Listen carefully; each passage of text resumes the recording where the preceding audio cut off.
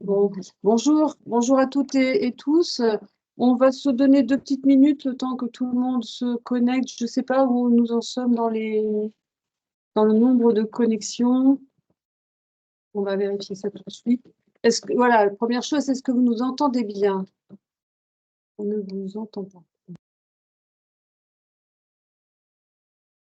Est-ce que c'est mieux là?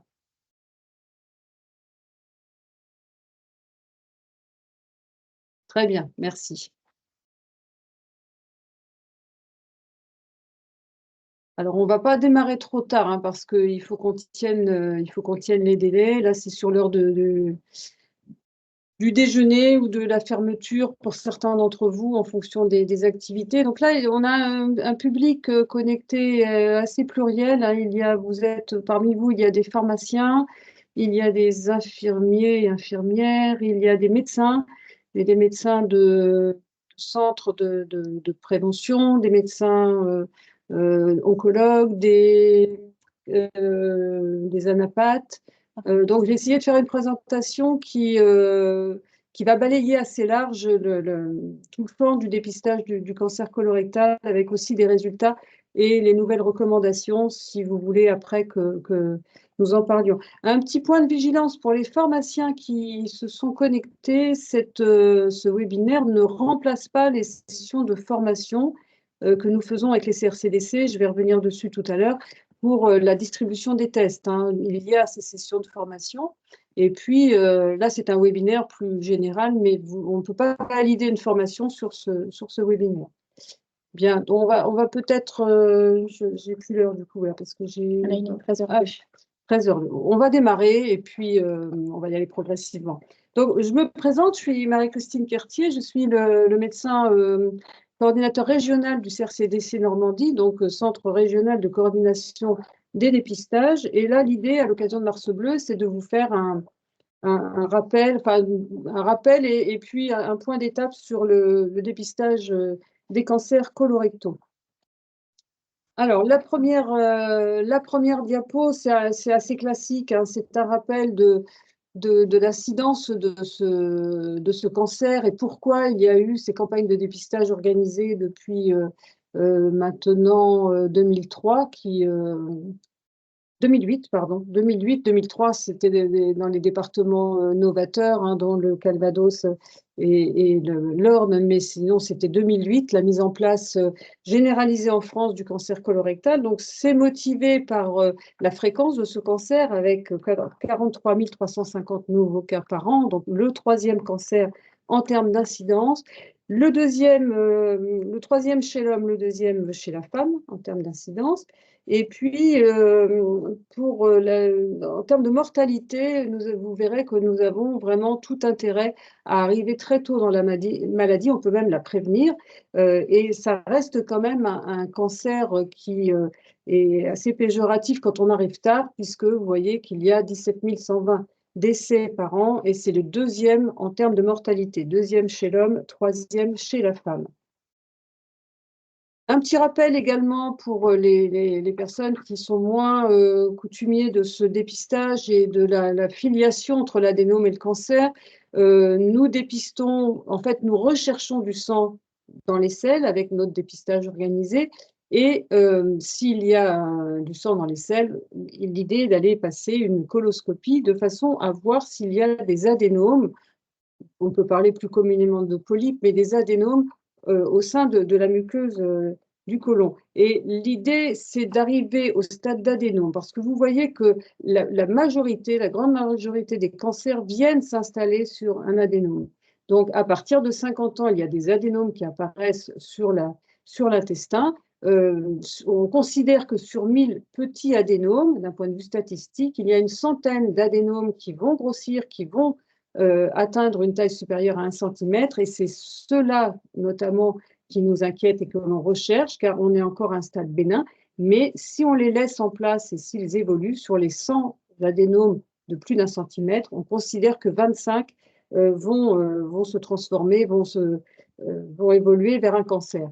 Et tout ça, ça évolue sur 10 ans. Donc là, les petites flèches que vous voyez en bas, ce sont les dépistages. Et en répétant de façon régulière ces dépistages tous les 2 ans, on on majore la probabilité que l'on arrive sur un saignement à un stade encore bénin, mais je vais revenir sur tout ça au fil des explications. Alors, je n'ai pas pu résister à la tentation de vous présenter les différents tests de dépistage. Pour les plus anciens dont je fais partie, nous avons connu l'hémoculte, donc ce prélèvement qui nous a bien rendu service, mais qui était faible en sensibilité. Donc l'hémoculte qui a lancé le dépistage organisé du cancer du côlon, donc avec un recueil de sel sur du buvard, sur du papier buvard, il fallait 3 prélèvements consécutifs, donc c'était un peu contraignant. Puis, j'ai mis le Maxstream, qui est peut-être anecdotique pour l'ensemble de la région, mais malgré tout, c'est le Cotentin, donc la zone autour de Cherbourg dans la Manche, qui a expérimenté ce Maxstream. Et là, nous étions bien avant le démarrage du dépistage organisé sur l'ensemble du territoire. Et puis nous l'avons utilisé aussi dans le Calvados à titre expérimental, en remplacement de l'hémoculte. Et enfin, il y a l'OC Sensor, test retenu maintenant, et on va se concentrer uniquement sur ce test à présent. Donc ça, c'est un peu l'historique du dépistage. Pareil, pour ceux qui ne sont pas coutumiers du test de dépistage, je vous présente rapidement le kit de dépistage. Donc, il y a une enveloppe bleue, ces fameuses enveloppes qu'on peut trouver chez le médecin traitant, chez le pharmacien, ou qu'on peut commander en ligne. Donc voilà, c'est une enveloppe bleue et à l'intérieur, il y a les documents et le test à réaliser. Faites attention, c'est à la date de péremption parce que l'hémoculte était valable des années et celui-ci est plutôt en termes de mois, on est plutôt sur des péremptions à 18 mois. Le test, le voilà, c'est ce petit, le dispositif de prélèvement, c'est cela. Il y a donc effectivement un tube avec du tampon dans le fond, et puis il y a la tige verte de prélèvement, et en bas de la tige verte, il y a une partie un peu striée que l'on peut gratter sur la selle ou piquer dans la selle, et ça permet de recueillir la bonne quantité de sel sans avoir trop de manipulation qui peut rebuter certaines personnes. Le retour postal du test, il y a une enveloppe dans le kit, il y a une enveloppe pré-affranchie. Il y a également, vous voyez la photo, c'est un sachet de protection qui est assez rigide et qui permet de mettre le tube à l'intérieur, qu'il soit protégé pendant le transport postal. Il faut bien vérifier, bien dire aux patients de vérifier qu'ils ont inséré la fiche d'identification qui doit être bien complétée avec son identité, sa date de naissance, son numéro de sécurité sociale, les coordonnées de son médecin traitant, parce que si le test est positif, il faut que le médecin traitant en soit informé. Donc, il y a beaucoup d'éléments, mais bien remplir à la main tous les items, et ça, c'est un des éléments d'explication à donner quand on remet le test. Le prélèvement, bien sûr, dans le sachet de protection, et tout ça à poster au plus tard 24 heures après la réalisation.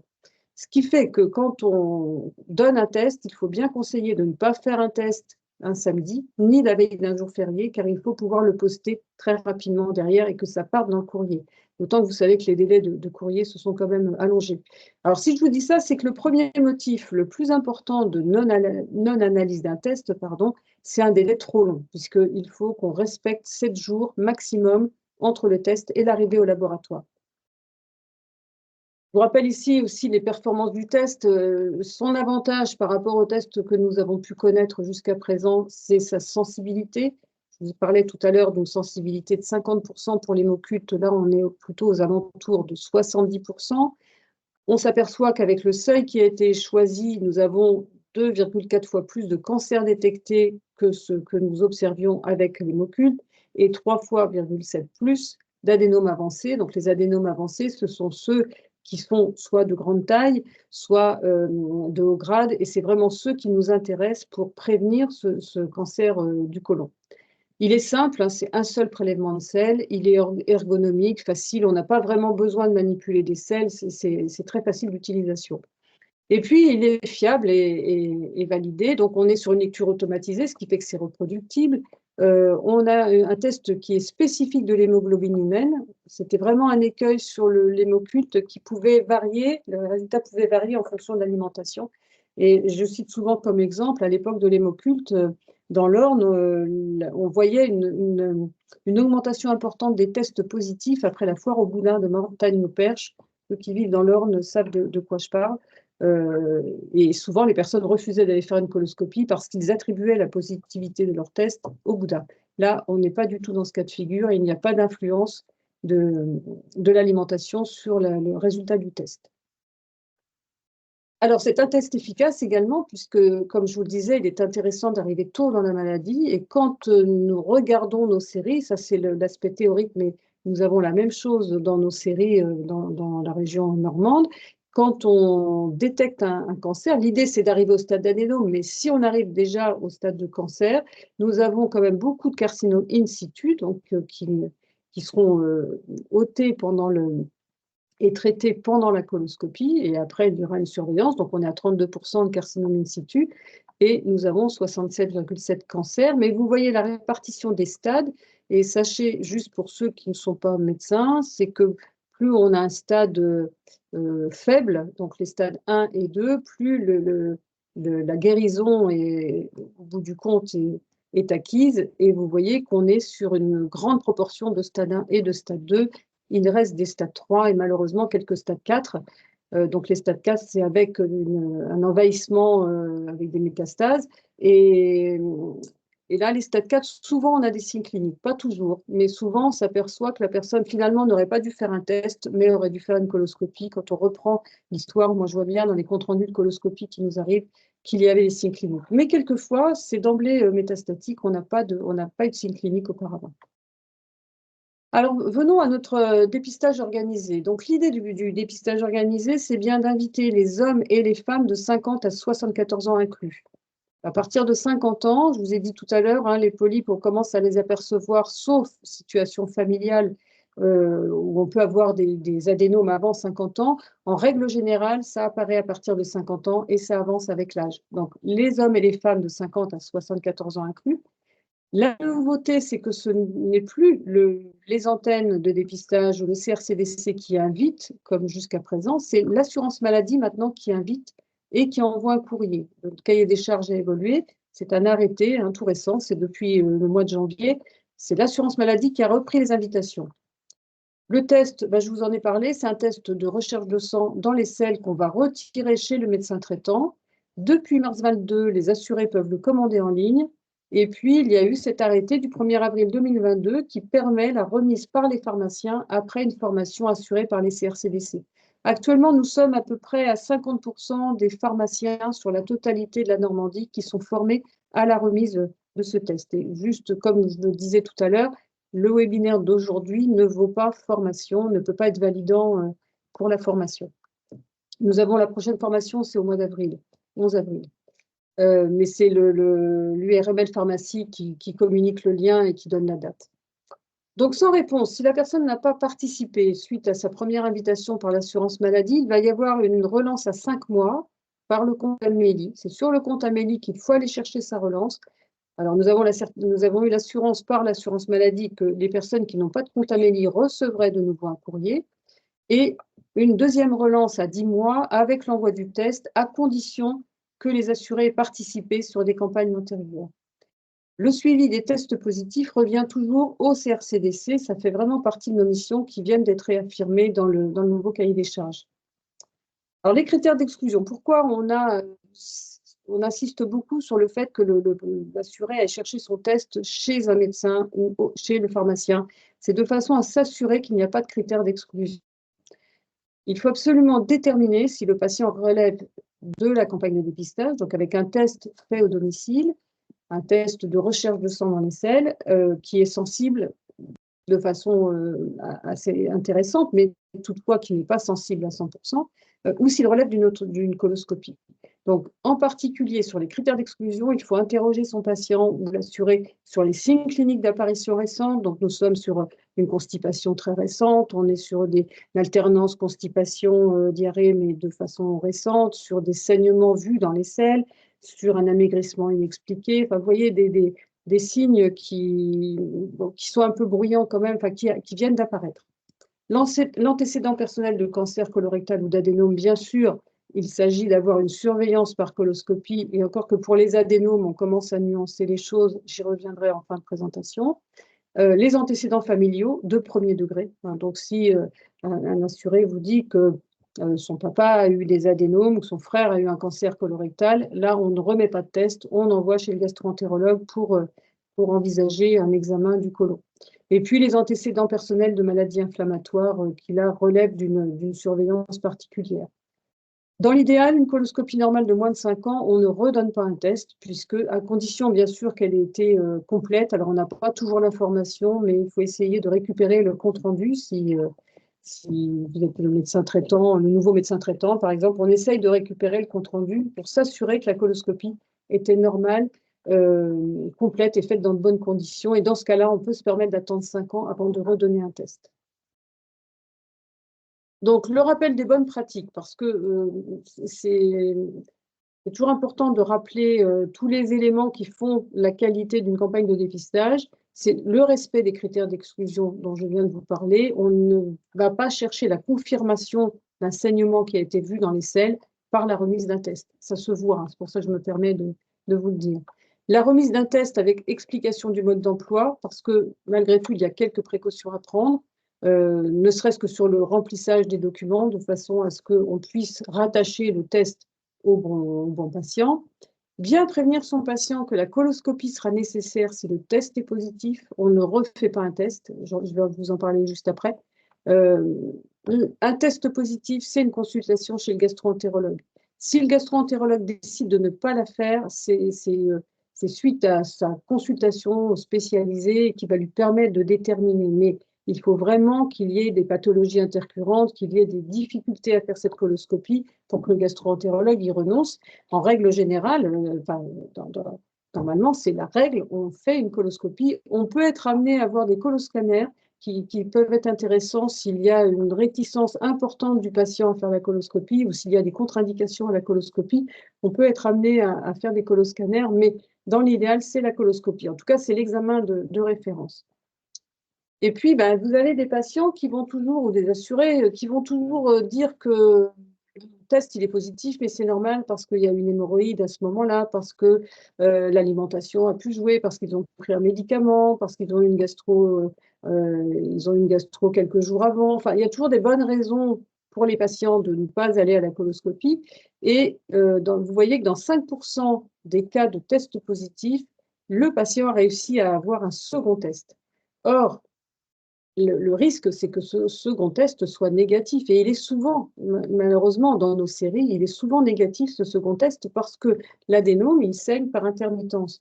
Donc, si le patient a eu un test positif, donc ce jour-là, son adénome a saigné, et qu'il refait son test 2 semaines après, et qu'on tombe sur un moment où ça a saigné très, très peu ou pas du tout, on va passer à côté d'une lésion en se rassurant faussement sur le résultat de ce second test.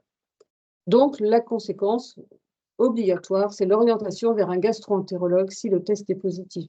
Le médecin généraliste engage vraiment sa responsabilité médico-légale s'il récuse de lui-même la coloscopie.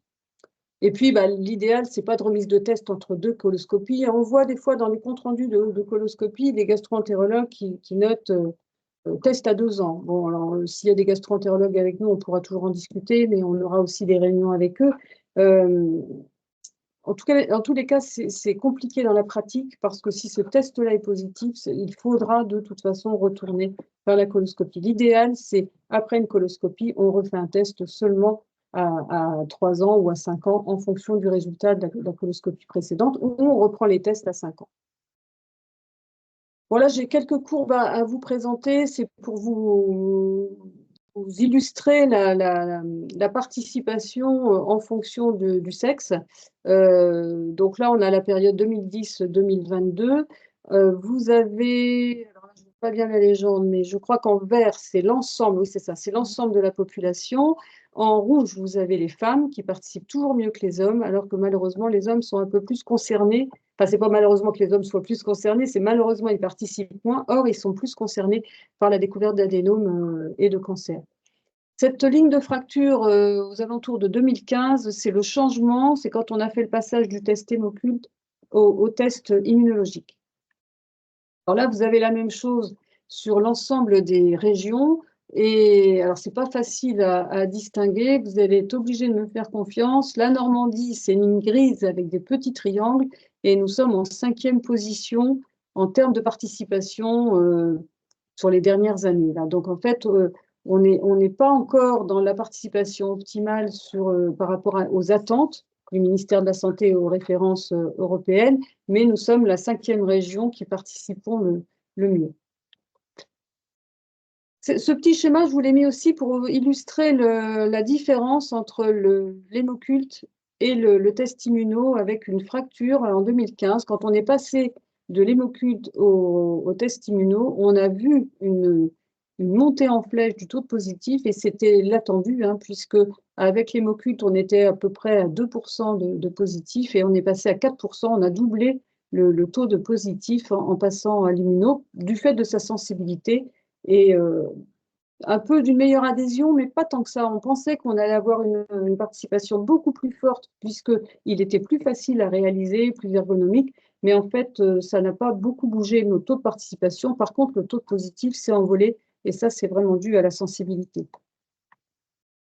Alors la conséquence, c'est le délai en jours entre le test et la colo, c'est-à-dire que là où nous avions des délais raisonnables pour réaliser la coloscopie, le fait qu'on ait plus de positifs et que les gastro-entérologues sont moins nombreux qu'il y a quelques années, ils ont beau ouvrir des vacations et passer beaucoup de temps à faire les coloscopies suite à des tests positifs, eh bien on se retrouve avec des délais qui s'allongent et nous, on a dû adapter nos demandes de nouvelles puisque nous écrivons aux gastro-entérologues, un médecin généraliste d'abord, puis au gastro-entérologue, pour avoir les résultats des coloscopies. Et on nous a dit, quand on respectait notre cahier des charges à 3 mois, 4 mois, on nous a dit, non, mais là, ça ne tient plus, donc on écrit à 6 mois parce qu'on sait que les délais se sont allongés. Et même 6 mois, des fois, c'est un peu compliqué.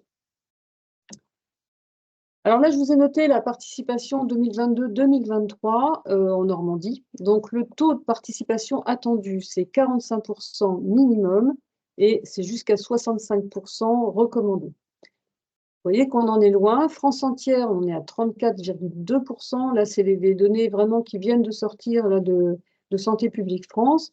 Et vous voyez toujours cette différence entre les femmes et les hommes, hein, 35% pour les femmes, quasiment 33% pour les hommes. Donc ça, c'est France entière. Et ensuite, je vous ai mis pour la Normandie. Donc en fonction des départements, on va de 37% de participation à 40,4% de participation pour la Manche. Et vous avez et donc une moyenne de 37,3 pour la Normandie. Et on voit aussi ce gradient homme-femme hein, dans chaque département. C'est appliqué à peu près partout. Si on regarde la Manche, c'est assez phénoménal. Hein, 36,6 pour les hommes et 42,1 pour les femmes. On est quasiment dans les recommandations de la participation attendue, mais pour les femmes, mais pas pour les hommes. Hein, 35, 39. On observe toujours à peu près ces 4 points de différence, quels que soient les départements et les territoires français. Ça, c'est compliqué, hein, c'est un vrai enjeu de mobiliser les hommes à participer à ce dépistage. Là, je vous ai mis aussi les résultats de la dernière campagne qui est à peu près exhaustive. Alors, je mets une nuance parce qu'il y a un département qui a eu beaucoup de difficultés à faire le recueil de ces coloscopies. Vous avez le taux de positif, le nombre de tests réalisés, le taux de positif, donc c'est en 2021. Donc vous voyez que sur le taux de positif, on est entre 3,7 à 4,2 selon les départements, mais on est dans ce qui est attendu. Donc pareil, hein, vous voyez le taux de positif chez les femmes et chez les hommes. Et bien que les hommes se décident moins à participer, vous voyez qu'on est, et c'est normal, c'est attendu aussi, on a plus de tests positifs chez les hommes que chez les femmes. Donc, ils auraient vraiment tout intérêt à bénéficier de ces campagnes de dépistage. Revenons à nos coloscopies, ce résultat des coloscopies. Donc, on a plusieurs catégories. Alors, le nombre de coloscopies réalisées, ce qui nous donne un pourcentage, enfin là, on est en pourcentage, pardon, de coloscopies réalisées. Je m'aperçois d'ailleurs qu'il manque une virgule. Normalement, pour qu'une campagne soit de qualité, il faut avoir plus de 80% des coloscopies renseignées dans nos bases de données.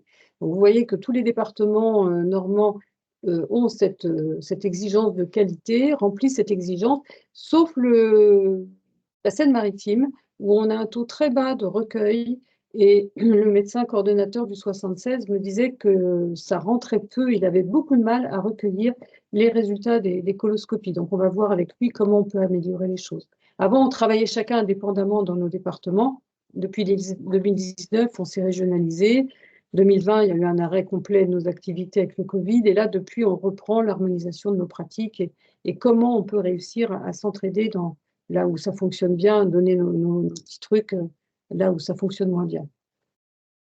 Donc, plusieurs catégories, les coloscopies normales. Je suis un peu étonnée du taux de coloscopie normale dans l'Eure et surtout en Seine-Maritime. Alors, Seine-Maritime, malgré tout, je pense que c'est celle qu'on a le plus de facilité à récupérer. Alors, étant donné qu'il a peu de coloscopies qui arrivent chez lui, il a peut-être plus de facilité à récupérer les coloscopies normales. Et donc, c'est certainement un biais important dans ses résultats, parce que vous voyez que sinon, les 3 ex-bas normands, on est à 38% de coloscopie normale.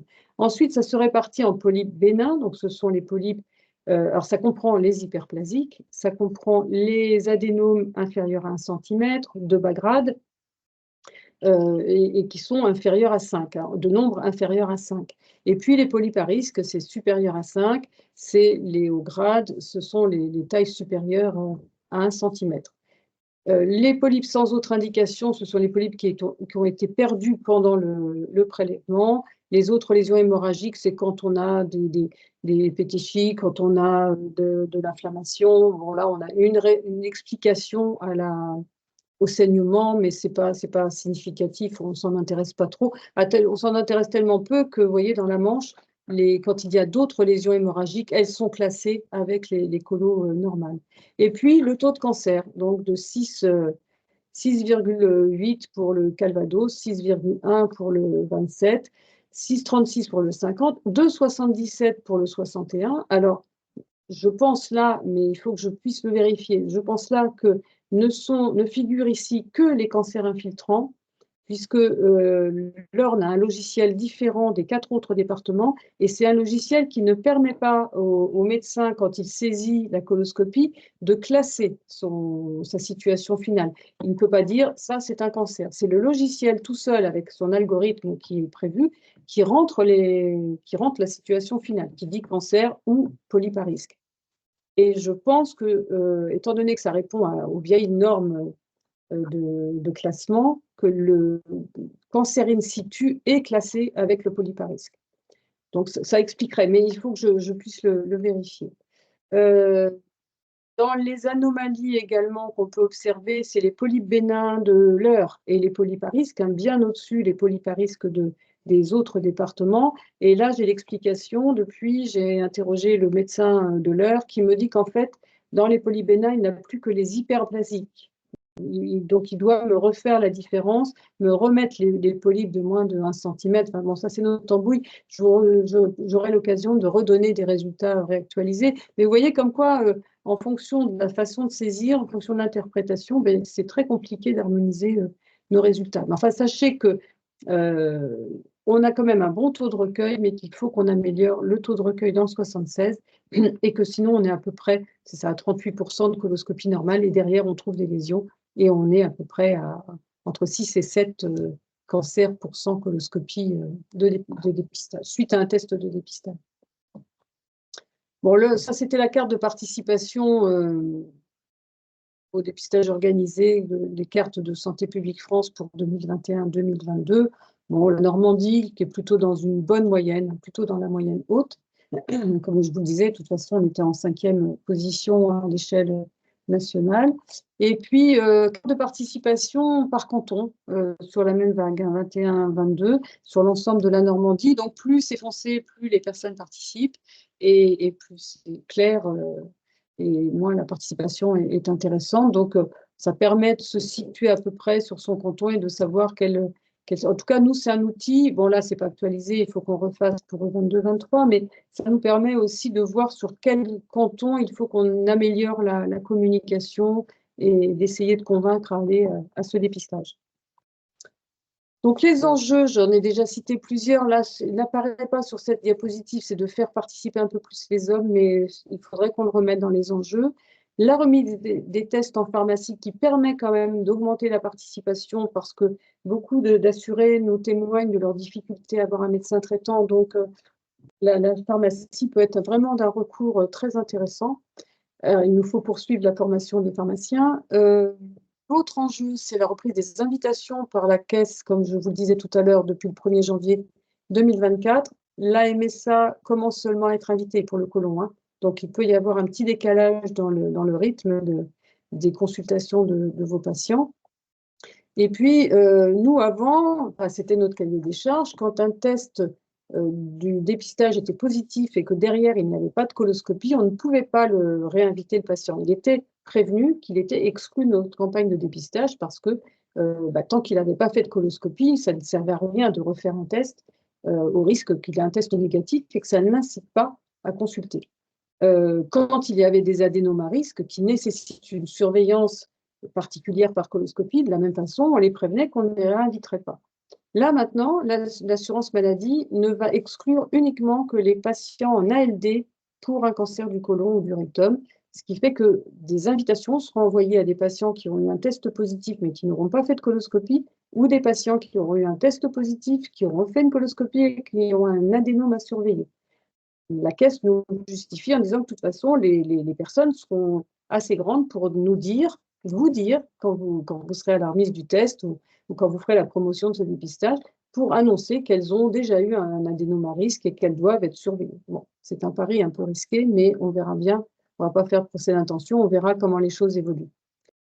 Dans les enjeux, il y a l'évolution des recommandations en termes de suivi, et je vais vous partager quelques diapos tout à l'heure, donc avec une harmonisation des prises en charge, et puis l'augmentation des délais de coloscopie, parce que c'est un vrai sujet, et on voit bien que la courbe démographique de nos gastro-entérologues ne va pas dans l'augmentation des gastro dans les années à venir, et donc quelles solutions on va pouvoir dégager pour gagner du temps sur ces coloscopies de dépistage.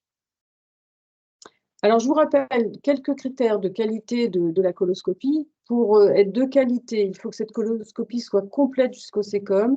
Il faut qu'on ait une préparation suffisante. Hein. Donc, vous savez qu'il y a une cotation des segments de l'intestin avec un coef 3 sur chaque, enfin, avec une note de 3 selon la préparation. Ensuite, on additionne tout ça. Donc, s'il y a un Boston qui est inférieur à 6, il faut que cette coloscopie soit refaite. Et puis, bien sûr, résection complète de tous les polypes. On voit quelquefois des comptes rendus où il y a des polypes qui sont laissés en place. Et après, quand on relance le médecin ou quand on relance l'assuré en disant vous avez un contrôle de coloscopie, on nous répond non, non, j'ai déjà vu mon gastro, il m'a enlevé un polype, mais il y en a deux qui restaient, donc on est obligé de faire le relance. Donc, quand la coloscopie initiale n'était pas de qualité parfaite, donc soit incomplète, soit préparation insuffisante, soit des polypes laissés en place, il faut réaliser une nouvelle coloscopie dans un délai maximal d'1 an. Alors, les recommandations, je vais pas trop m'étendre parce que je pense qu'on a un public essentiellement non médecin, mais je voulais quand même en parler. Nous avons fait une séance pour les médecins généralistes et j'étais aux côtés d'une gastro-entérologue qui a présenté ces quelques diapos. Donc, déjà, il s'agit de définir les niveaux de risque. Donc, un risque élevé de cancer colorectal après un polype, c'est quand il y a 5 adénomes ou plus, c'est quand il y a une adénome de taille supérieure ou égale à 10 mm, ou en dysplasie de haut grade, ce que je vous disais tout à l'heure. Ou alors, s'il y a un polype festonné, y compris les hyperplasiques, supérieur à 10 mm, ou qui comportent des lésions de dysplasie. Ça, ce sont les hauts risques. Ensuite, nous avons les risques faibles, donc c'est moins de 5 adénomes, ce sont les autres, hein, de taille inférieure à 10 mm, dysplasie de bas grade, ou plusieurs polypes, un ou plusieurs polypes festonnés, inférieurs à 10 mm, sans dysplasie. Et donc, la conduite à tenir, elle va découler de cette classification risque élevé, risque faible. Alors, la coloscopie, en cas de risque élevé, pardon, la coloscopie, elle se refait à 3 ans. Et si à 3 ans, on retrouve une lésion de risque élevé, on continue à 3 ans. Si on passe en risque faible, si la coloscopie à 3 ans nous démontre normal, ou si on est sur un tout petit polype qui est ôté et qui n'a pas de composante haut grade, là, on rentre dans le risque faible. Et le risque faible, les recommandations qui avant nous disaient coloscopie à 5 ans, elles ont changé. On est sur maintenant une coloscopie de prévention spécialisée à 5 ans. Donc, le gastro-entérologue doit revoir le patient à 5 ans si la coloscopie était normale ou avec un polype hyperplasique. Et c'est lui qui va décider s'il fera une coloscopie à 10 ans ou s'il refait un test immuno, donc un FIT, tous les 2 ans. Si lors de cette coloscopie, il trouve 1 ou 2 adénomes inférieurs, ah bah tiens, il manque le 10 mm, inférieurs à 10 mm de bas grade, là encore, c'est une consultation de prévention spécialisée à 5 ans. soit une coloscopie à 7 ans, soit un FIP tous les 2 ans. C'est des décisions qui doivent à ce moment-là être arbitrées. Et puis, ben, si on est à 3 ou 4 adénomes inférieurs à 10 mm de bas grade ou un polype festonné, que là, on est un peu limite sur l'indication, on fera une coloscopie à 5 ans. Mais vous voyez, là où avant c'était simple, risque élevé, c'était la colo à 3 ans, risque faible, c'est la colo à 5 ans ou à 10 ans. Là, ça devient beaucoup plus nuancé et certainement plus délicat pour les gastro-entérologues de trouver. Et en tout cas, ce qui est important, c'est que le patient soit bien informé du délai qui est préconisé et que le médecin traitant reçoivent bien après la coloscopie et surtout après le compte-rendu, la réception du compte-rendu anatomopathologique, la conduite à tenir adaptée que le gastro-entérologue va indiquer. Parce que pour un médecin généraliste, au vu notamment des recommandations qui ont évolué, c'est compliqué de s'y retrouver et de bien orienter son patient à la bonne date et vers le bon professionnel. Enfin, pour les relations avec le centre de dépistage, dans l'idéal, même si nous n'invitons plus, il est intéressant qu'on sache quel est le délai, mais surtout, on a d'abord besoin, et vous voyez le problème tel qu'il est cité dans le 76, c'est que le médecin coordonnateur du centre régional de dépistage, de l'antenne, reçoit bien les comptes rendus de coloscopie, d'anapathe et sache la conduite à tenir. Et à 5 ans, quand il y aura cette consultation de prévention spécialisée, il est bon, même si on n'invite plus, de savoir s'il y aura des coloscopies à la suite de cette coloscopie de contrôle ou si l'assuré revient dans le programme de dépistage organisé avec l'envoi d'un test de dépistage tous les 2 ans. Cette information, même, je vous le disais, même si on n'invite plus, moi, elle m'intéresse beaucoup parce qu'on voit bien que dans l'évolution de nos missions, on n'y est pas encore, mais dans l'évolution de nos missions, nous réclamons le fait de pouvoir vous aider dans le suivi et donc de relancer à 5 ans un assuré en disant, il y a 5 ans, vous avez passé votre coloscopie, il est temps de reconsulter votre médecin traitant. Enfin, d'avoir ce système d'alerte que nous avions lorsque nous avions nos invitations. Pour l'instant, on n'a pas à le faire. Moi, je sais que je l'ai mis en place dans la Manche à titre comme ça, volontaire. Je n'ai pas demandé d'autorisation, je l'ai fait. Et donc, on informe les médecins qu'on arrive au délai de contrôle et puis avec son autorisation, on relance le patient. Et quand même, c'est un bon garde-fou pour la suite et l'observance dans le suivi de ces coloscopies, surtout quand le risque est élevé. Je crois qu'on arrive voilà, à la fin de cette présentation. Je ne vous ai pas dit en préambule, mais ma Camille, qui est donc chargée de communication au CRCDC, en fait, on ne vous a pas laissé la possibilité de mettre vos caméras, c'est ça, hein, parce que nous sommes enregistrés et donc on ne voulait pas que vos visages apparaissent sans que vous en soyez informés au préalable. On va regarder maintenant dans le chat s'il y a des observations ou des questions. Et vous pouvez aussi lever la main Voilà. et activer vos micros pour les questions. Qu'est-ce qu'on a comme observation dans le chat? Alors, ça, c'était lors de la présentation du tableau. Ah, d'accord. Le 76 travaille aussi avec les départements 60 et 80. D'accord.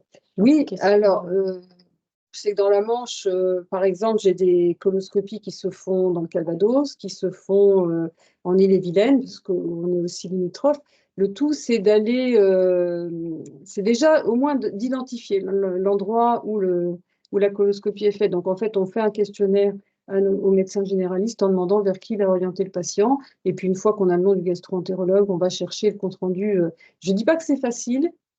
Et si dans le 76, il n'y a pas ce taux de retour, c'est bien qu'il y a un souci de recueil. On va voir comment on peut aider. Mais ça demande beaucoup, beaucoup d'énergie de faire ce recueil et de contacter tous les gastro-entérologues. Enfin, et plus le département est gros, plus c'est difficile, hein. C'est plus facile dans un département comme le 61 où il y a peu de professionnels de santé spécialisés, donc finalement on les connaît tous et on va passer un coup de fil et ça s'arrange. C'est vrai que plus le département est gros, plus c'est délicat. Ça, c'est un fait. Donc, ce n'est pas un jugement de qui que ce soit, c'est des faits. C'est qu'on a plus de difficultés à faire du recueil dans le 67. Est-ce qu'il y a d'autres observations ou d'autres questions? C'est vrai que là, ce webinaire était très large en information du fait de la pluralité de vos professions les uns les autres. S'il y a des points d'éclaircissement, parce que un médecin pourrait, surtout un médecin spécialiste, pourrait juger que c'est un peu juste en information. Quelqu'un qui n'a jamais eu de notion de ce dépistage du cancer colorectal pourrait considérer que c'est peut-être un peu trop spécialisé. Donc surtout, vous n'hésitez pas hein, à nous dire ce qu'il en est, s'il y a des points d'éclaircissement, s'il y a des points d'amélioration, puisque ce type de présentation, nous serons amenés à en faire régulièrement, et pour les autres organes. Donc, non, pas d'observation, ni de questions. Ah, il y a une main qui s'est levée.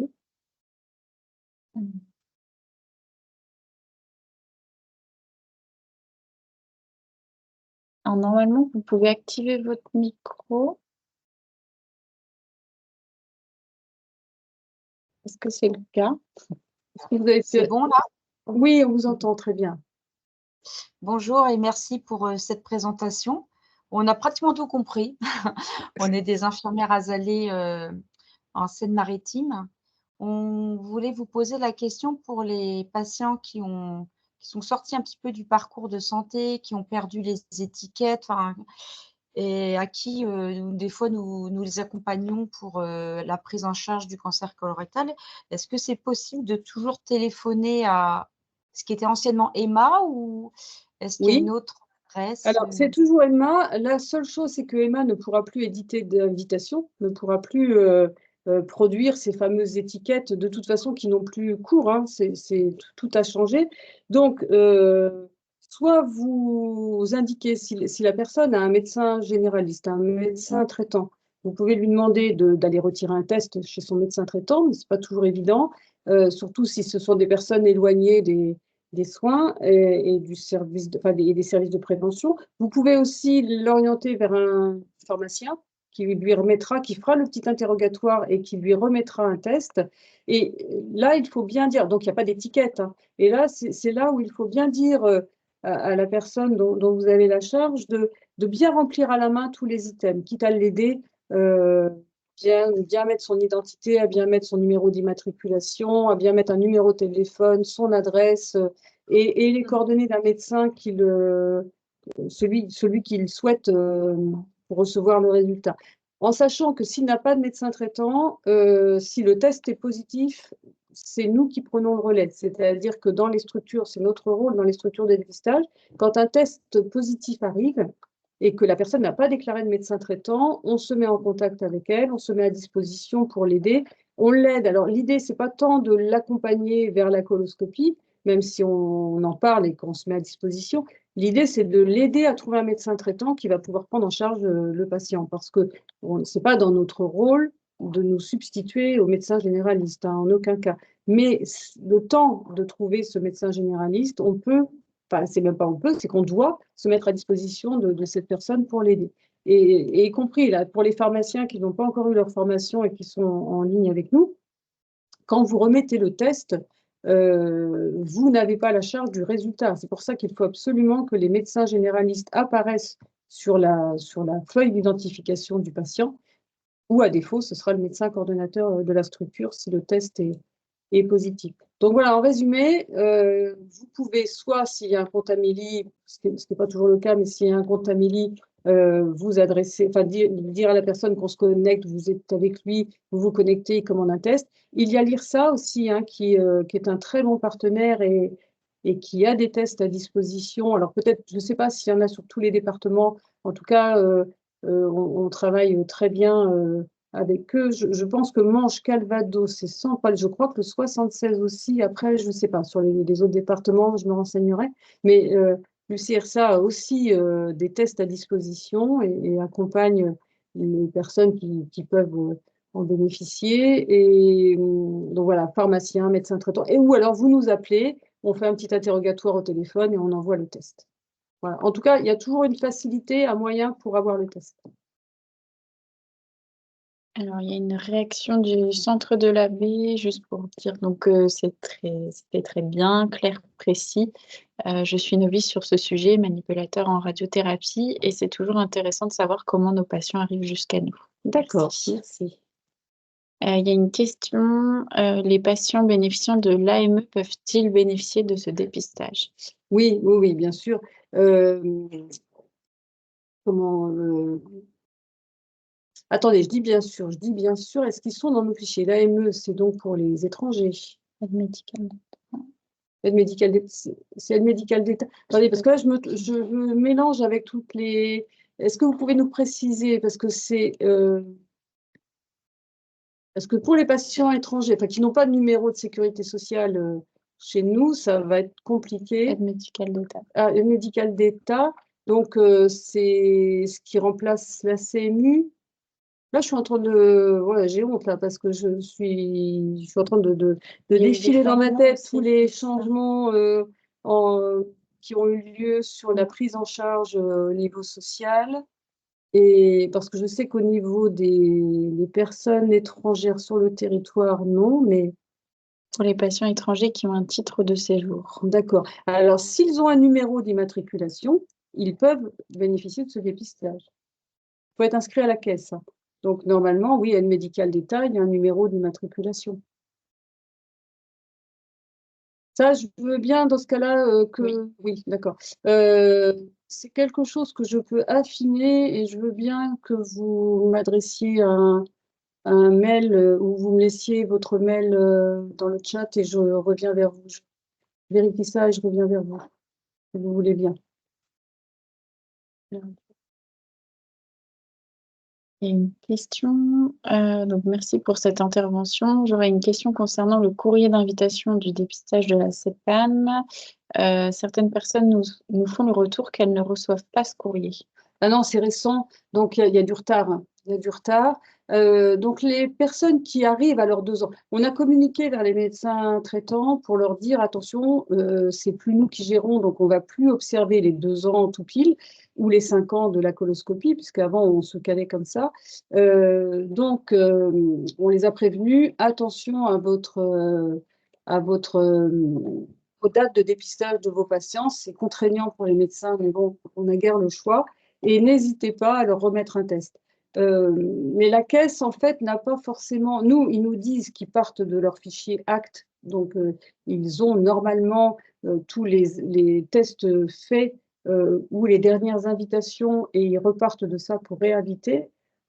Mais on voit bien que c'est tout à fait perfectible, et vu la somme d'assurés en France, on se doute bien qu'il y a des décalages. Donc, ça arrive seulement, et parfois avec retard. Donc, n'hésitez pas à être proactif, à remettre un test si l'invitation n'arrive pas, ou à demander aux patients, aux assurés dont vous vous occupez, qu'ils téléphonent au 36 46 pour obtenir leur invitation. Et la MSA est encore plus en retard que les CPA. J'en profite pour les médecins qui sont branchés, ou toutes les personnes qui s'occupent aussi du dépistage du cancer du sein. La MSA ne démarrera ses invitations au dépistage du cancer du sein qu'en juin, et en juillet pour la Manche. En juin pour l'ex-Basse-Normandie, hormis la Manche, ce sera seulement en juillet. A priori, c'est commencé pour l'ex-Haute-Normandie. Donc, là, étant donné que ce n'est pas la même caisse MSA, mais ils ont eu des difficultés à installer leur logiciel d'invitation, et il y a du retard. Donc, il faut être vigilant sur les dates, et prescrire les mammographies ou prescrire les tests de dépistage, enfin donner les tests de dépistage s'il y a du retard. T'as enregistré le nom?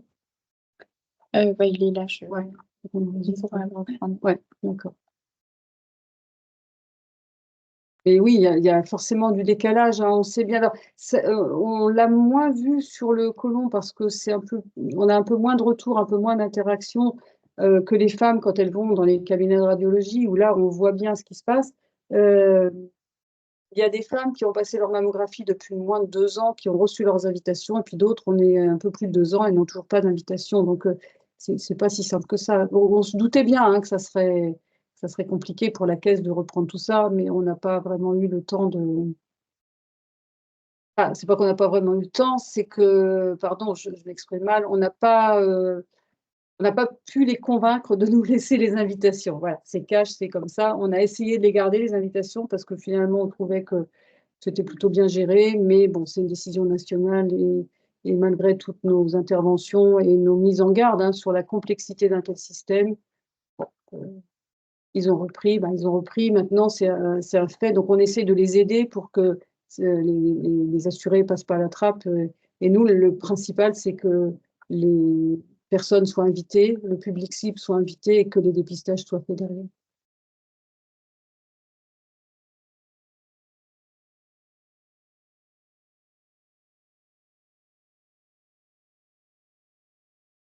En jaune, c'est une question, non? Non.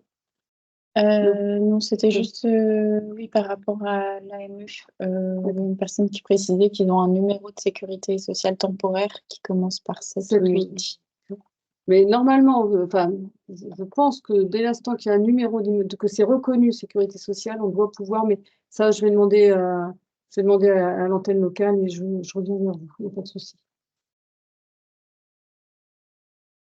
Est-ce qu'il y a d'autres observations, questions?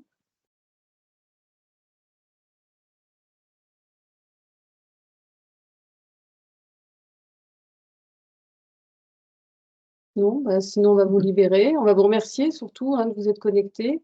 On refera ce type de session parce que c'est intéressant de pouvoir donner de l'information et sur la base des dépistages et sur la façon de faire et sur les résultats, parce que ça permet que chacun retrouve un peu ses centres d'intérêt. Donc on refera pour les trois dépistages en cours. Et on réactualisera aussi les données au fur et à mesure. N'hésitez pas à communiquer autour de vous sur le fait que le CRCDC se lance dans une nouvelle façon de communiquer et avec ces webinaires qui prennent pas trop de temps et qui permettent d'avoir de l'information. Donc, je vais vous remercier de vous être connectés et puis n'hésitez pas à revenir vers les antennes. Donc, juste parce que vous aviez évoqué Emma, les antennes, donc quand on a fait cette régionalisation, quand on a été pareil, hein, ça n'a pas été un choix de notre part, mais il a fallu qu'on réponde au nouvel arrêté national. Donc, on a réuni les cinq structures de dépistage en une seule, mais nous avons gardé nos antennes avec les noms d'antennes. Donc, vous avez toujours l'antenne Iris-Manche à Saint-Lô, vous avez toujours l'antenne Mathilde à Caen, vous avez toujours l'antenne Décade à Évreux et vous avez toujours l'antenne Emma à Yvetot. La seule antenne qui a changé un peu de nom, c'est l'antenne de l'Orne, qui avant était la régie départementale de prévention et de dépistage des cancers. Donc là, ça a quitté le conseil départemental et maintenant c'est l'antenne de l'Orne. Mais il y a toujours le Mamobile qui circule dans l'antenne de l'Orne. Donc pour l'instant, nous sommes avec toujours 5 antennes qui ont gardé leur nom. Et donc vous pouvez toujours interpeller votre antenne respective ou contacter le siège du CRCDC qui est là à Caen au sein de l'antenne Mathilde. Une personne qui demande l'acronyme de CRCDC. C'est Centre régional de dépistage des cancers. De coordination. De coordination. Ah oui, j'ai oublié, c'est Centre régional de coordination de dépistage des cancers. Et là, c'est pareil, hein, c'est un nom qui nous a été, posé là. Il y a quand même un petit avantage, même s'il est un peu barbare, il y a un petit avantage, c'est que maintenant toutes les régions s'appellent CRCDC, CRCDC Normandie, CRCDC Pays de Loire, CRCDC PACA, ce qui fait que quand les assurés déménagent et qu'ils arrivent dans une nouvelle région, ils peuvent retrouver facilement dans un annuaire leur CRCDC, alors qu'avant, quand vous étiez à Mathilde et que vous arriviez à Audace en Alsace, eh bien, avant de trouver Audace, ça ne fonctionnait pas. Les gens étaient un peu perdus d'un point de vue géographique. Là, bon, c'est un nom générique. On a tous le même nom, la même charte graphique. Enfin, on nous repère facilement. Donc, voilà, c'est peut-être des regrets d'anciens médecins coordonnateurs de Mathilde ou de Iris Manche qui me fait dire qu'on a un peu perdu en visibilité, mais bon, il faut s'adapter de toute façon. Voilà, merci beaucoup à toutes et tous et puis bonne journée. Merci à tous. Au revoir. Au revoir.